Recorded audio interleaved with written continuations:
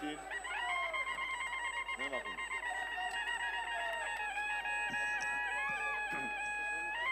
तुम्ही बाकी सगळे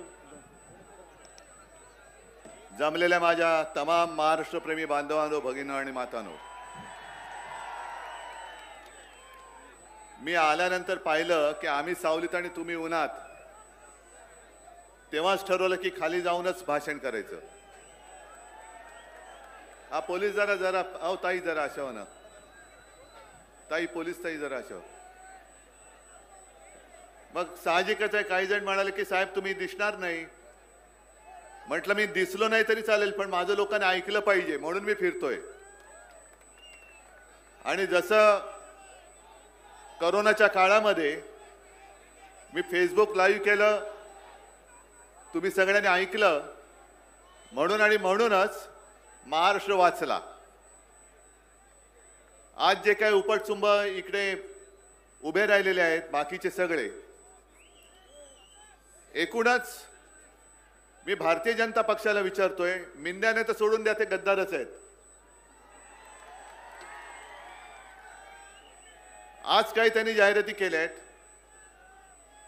त्याने एकच प्रश्न विचारायचा आहे की जेव्हा संपूर्ण महाराष्ट्र कोरोनाशी लढत होता त्यावेळेला भाजपच्या महाराष्ट्राच्या युनिटनी सुद्धा महाराष्ट्राला पैसे नव्हते दिले, तर पीएम केअर फंडला पैसे दिले होते. हे तुमचं महाराष्ट्राचं प्रेम. महाराष्ट्र तळमळत होता, औषधं मिळत नव्हती, ऑक्सिजन मिळत नव्हता, हॉस्पिटल्स मिळत नव्हती.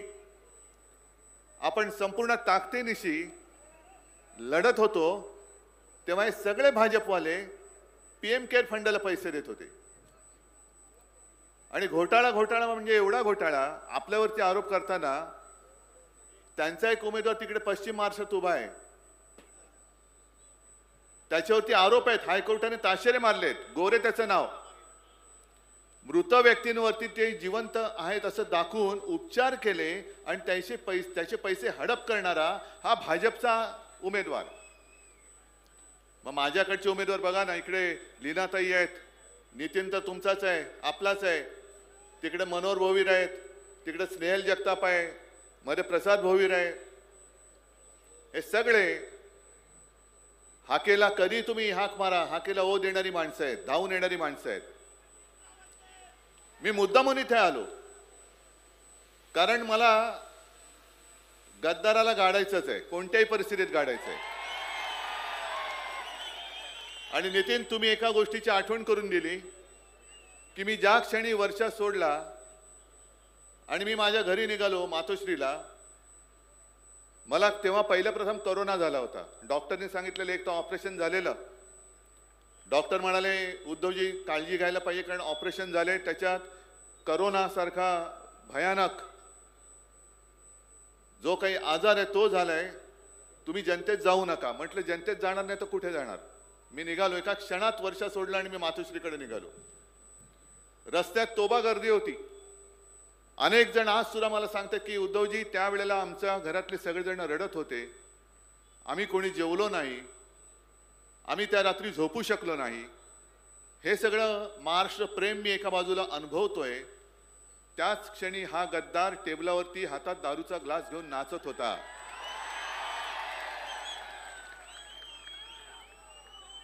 मला माझं व्यक्तिगत काही नाही, माझं काय व्हायचं आहे तुमच्यासाठी होईल, पण गद्दारी सेलिब्रेट करणारा हा आपला आमदार होऊ शकतो. बाकी दादागिरीचं माझ्यावरती सोपवा. तुम्ही इथून नितीनला निवडून द्या. याला सांगतो, तुला खडी फोडायला नाही पाठवलं ना,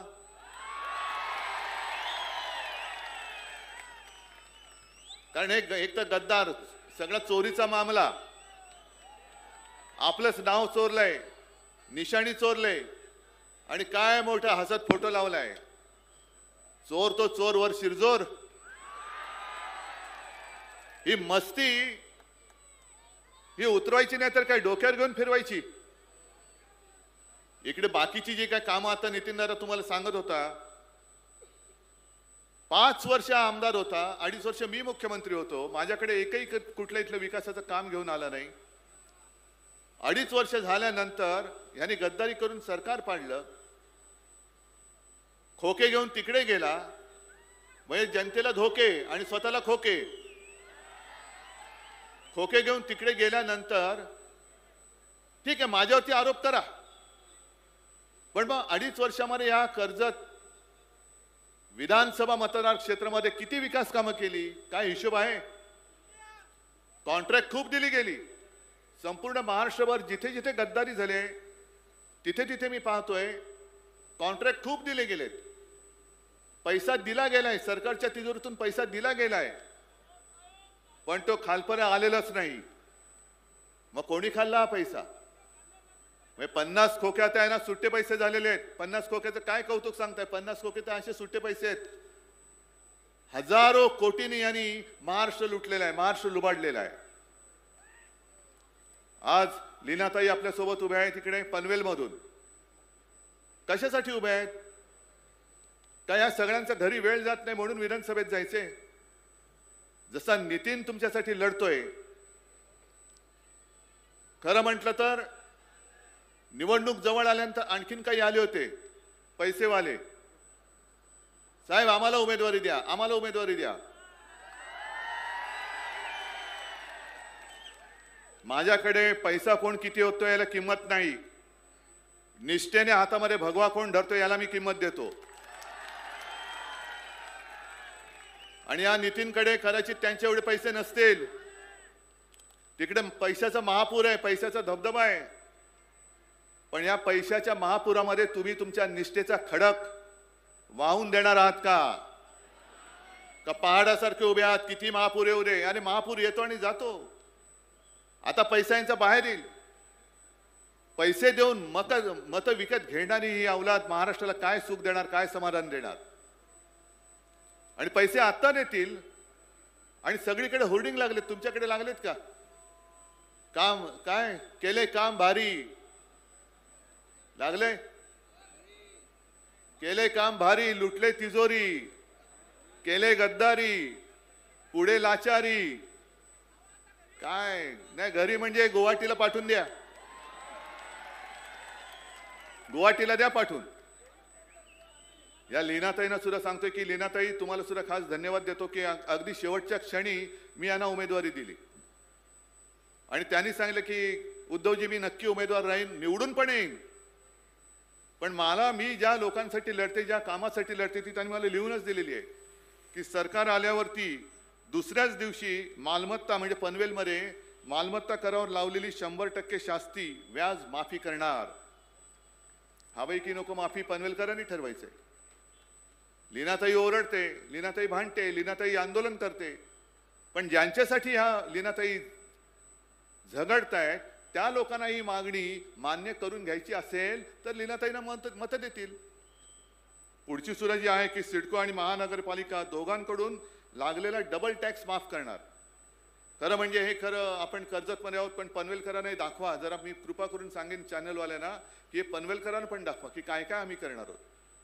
लोढा पलावाला मालमत्ता करत दिलेली सवलत, मग त्यांना सवलत सिडको वसाहतींना पण आपण द्यायला पाहिजे आणि ती दिल्याशिवाय राहणार नाही. कारण यांचे सगळे धनाढ्य, यांना पैसे पुरवणारे हे. त्याच्यानंतर गावठाण हद्दीतील घरांना दिलेली 65% मालमत्ता कर सवलत सिडको वसाहतीच्या 2.5 लाख मालमत्ता करांना सुद्धा देणार, मालमत्तांना सुद्धा देणार. हे याच्यावरती काहीतरी बोला ना. बटेंगे तो कटेंगे, हे तुम्ही बटेंगे हे तुम्ही बाटलेले आहे. हे गरीब एका बाजूला आणि श्रीमंत एका बाजूला. हे पाप या भाजपाने त्यांच्या या गद्दारांनी केलेलं आहे. कसलं बटेंगे आणि कसलं कटेंगे? अरे मी मुख्यमंत्री होतो, कोण कटला गेला इकडे, कोण बाटला गेला इकडे? मी सगळ्यांना घेऊन माझा महाराष्ट्र पुढे घेऊन चाललो होतो. मी कुठेही ना करोनाच्या उपचारामध्ये भेदभाव केला ना विकास कामामध्ये भेदभाव केला. महाराष्ट्रासाठी म्हणजे आपल्यासाठी, तुमच्या मुलाबाळांसाठी लॉकडाऊन असताना देखील 6.5 लाख कोटींचे सामंजस्य करार उद्योगांचे आपण आपल्या राज्यात आणत होतो. आणि आपल्या सरकारने गद्दारी करून पाडल्यानंतर हे सगळे उद्योग आणि आपल्या महाराष्ट्रातले उद्योग कुठे घेऊन गेले? जा नोकरीला, जा तिकडे, तुम्ही इकडे द्या या गद्दाराला मत आणि जा गुजरातला ढोकळा खायला. काय कशासाठी तुम्ही करताय? बरं, या सगळ्या गोष्टी पुन्हा मत मिळण्यासाठी पैसे तर दिले जातात असं मी ऐकलंय, पण गुंडागर्दी आणि दादागिरी चाललेली आहे, दहशतवाद. 4 दिवस राहिलेत सुखाने राहा.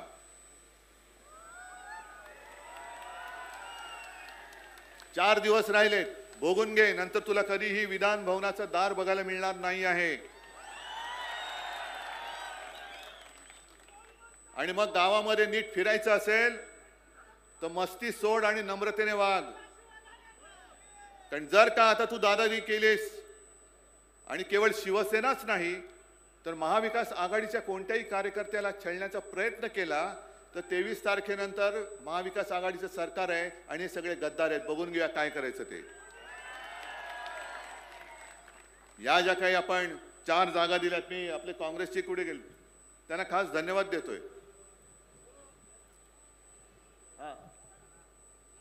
नाही, यांना खास धन्यवाद देतोय कारण पूर्ण ताकदीने आपल्या या 4ही शिवसेना उमेदवारांच्या पाठीशी हे त्यांना विजयी करण्यासाठी उतरलेले आहेत. आणि मी त्यांना शब्द देतोय की तुम्ही जे काय आज मला मदत करताय ना, सरकार येऊ द्या, मी ही मदत वाया जाऊ देणार नाही. आणि हे स्वतः उमेदवार आहेत तिथले, असंच समजतायत. याला म्हणतात एक निष्ठा, याला म्हणतात महाविकास आघाडी. आणि जे जे कोणी अपक्षानं असेल किंवा आणखीन कोणाला असेल त्यांना मदत करतायत ते सगळे महाराष्ट्र द्रोही आहेत, ते सगळे गद्दार आहेत, हे आज मी जाहीर करतोय. अगदी शेका पक्षाच्या जयंतरावांना सुद्धा सांगतोय की जयंतराव, तुम्ही असा विचित्र काहीतरी कारभार करू नका. अलिबागमध्ये मी माणुसकी दाखवली, तुमच्या कुटुंबियांसाठी मी जागा सोडली, कारण आपलं असं ठरलं होतं की उरणची जागा ही शिवसेना लढवणार. अलिबाग, पेण, पनवेल जर महाविकास आघाडी नीट झाली असती तर हे ते लढवणार होते. पण अलिबागची जागा मी मागे घेतल्यानंतर सुद्धा ना ते उरण मागे घ्यायला तयार, ना पेण, ना पनवेल, ना सांगोला. मग हे नाही चालणार, हे आघाडीचं काम नाही. लढायचंय तर सरळ लढूया आणि दोस्ती करायची तर उघड दोस्ती करूया. तुम्ही आम्हाला इकडे मदत करा, आम्ही तुम्हाला अलिबागला मदत करतो. येतील ना, सगळे निवडून येतील. पण आज जे हे संकट आलेलं आहे, हे संकट केवळ कोणत्या एका पक्षावर नाही तर हे महाराष्ट्रावरती संकट आले. इकडे एक एक आमदार या महाराष्ट्र द्रोह्यांना रोखण्यासाठी तिकडे उभा राहणार आहे. आणि अशा वेळेला जयंतरावांनी ठरवायचं, महाराष्ट्र द्रोह्यांना मदत करायची का महाराष्ट्र प्रेमींना मदत करायची, ठरवा.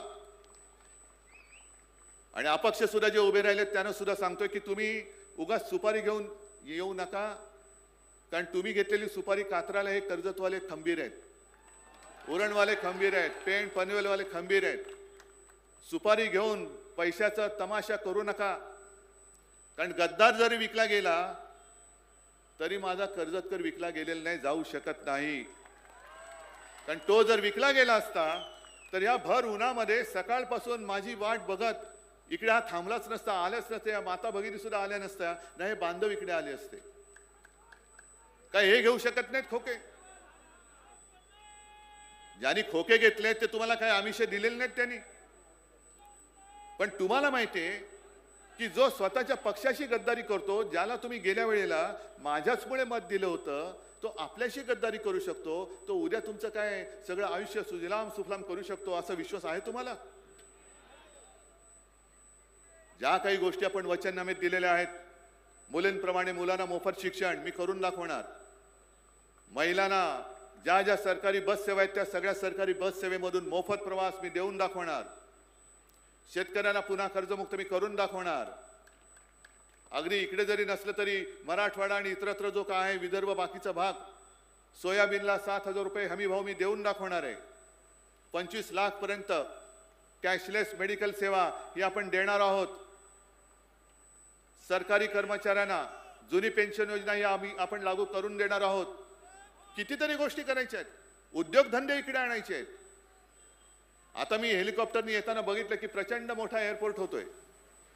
आता इथल्या जमिनीला भाव येतील, पण हे भाव आल्यानंतर तुम्हाला जर का फसवलं गेलं आणि इथली जागा जशी मुंबई घशात घातली गेली तशी इथली जागा पण कोणाच्या घशात घालतील?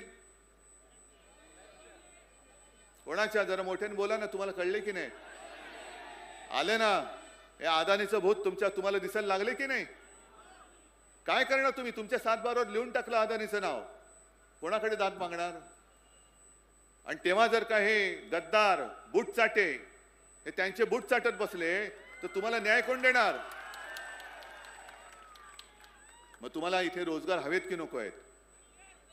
जे नितीन बोलले ते तुम्हाला सगळ्या सोयी हवेत की नको आहेत? लीनाताई ज्याच्यासाठी भांडतायत ते प्रश्न सोडून हवेत की नको आहेत? आणि मग हे करायचं असेल तर मग मशालीशिवाय दुसरा पर्याय नाही, मशालीशिवाय पर्याय नाही. काँग्रेसला मी उघड धन्यवाद देतोय की या जिल्ह्यामध्ये एकही जागा आपण काँग्रेसला देऊ शकलो नाही, तरी सुद्धा तुम्ही सोबत राहिले आहेत. आणि हा समंजसपणा जसं काँग्रेसने इकडे दाखवलाय तसं आपण पूर्व विदर्भात दाखवलेला आहे. आपण तिकडे नाही तशा जागा लढवतो, पण आता तुझं माझं करण्याची वेळ नाहीये, हे आपलं आहे. आणि आपलं जर कोण लुटत असेल तर आपण एक होऊन त्याला ठोकला पाहिजे आणि आपला महाराष्ट्र वाचवला पाहिजे. म्हणून महाविकास आघाडी निर्माण झालेली आहे. मग तुम्ही एवढ्या उन्हात आलेला आहात, या नुसत्या भगव्या टोप्या आहेत की मशाली आहेत? या मशाली धगधगलेल्या आहेत का नुसत्याच हातातल्या थर्माकोलच्या मशाली आहेत? पेटलेल्या आहेत. मग हे चारही उमेदवार रायगड मधले चारही पाची काय स्नेहलताई या चारही जागा आणि नितीन आणि तिकडे सुद्धा सगळीकडे गद्दारच गद्दार आहेत. मला एकच पाहिजे, एक चित्र मला या कर्जतमध्ये बघायचंय. दाखवणार आहात? जसं माझं सरकार गद्दारी करून पाडल्यानंतर हा गद्दार दारूचा ग्लास घेऊन टेबलावरती नाचला होता, तसा पराभव करून इथे माझा कर्जतकर नाचला पाहिजे. गद्दाराचा पराभव करून माझा कर्जतकर नाचला पाहिजे. त्याच्या म्हणजे शब्दशः घेऊ नका, पण त्याच्या उरावरती नाचला पाहिजे. आणि एवढी तयारी आहे, हिम्मत आहे. पैसे वाटले तर, दादागिरी केली तर, मशालीची धग दाखवणार? ठीक आहे. मग मला वाटतं जास्त बोलण्याची गरज नाही, कारण मला इथून परत मुंबईमध्ये जायचंय. कारण काल परवाकडे मी कुठेतरी बोललो की जसजसं निवडणुकीचा प्रचार संपण्याची वेळ येते तसं आपल्या मराठीत एक म्हण आहे, रात्र थोडी सोंग फार. पण आता राजकारणात नवीन म्हण आहे, रात्र थोडी आणि ढोंग फार. हे ढोंगी सगळे जे आहेत आपल्याबद्दल, आता आहे ना जो काही खोटं प्रेम आलेलं आहे त्या प्रेमाचा तुकडा पाडण्यासाठी मला आता मुंबईला जावं लागतं. कारण मुंबईत सुद्धा माझी 1-2 सभा आहेत. पण इथल्या विजयाची जबाबदारी मी तुमच्यावर सोपवतोय आणि तूर्त आपली मी रजा घेतोय. जय हिंद, जय महाराष्ट्र.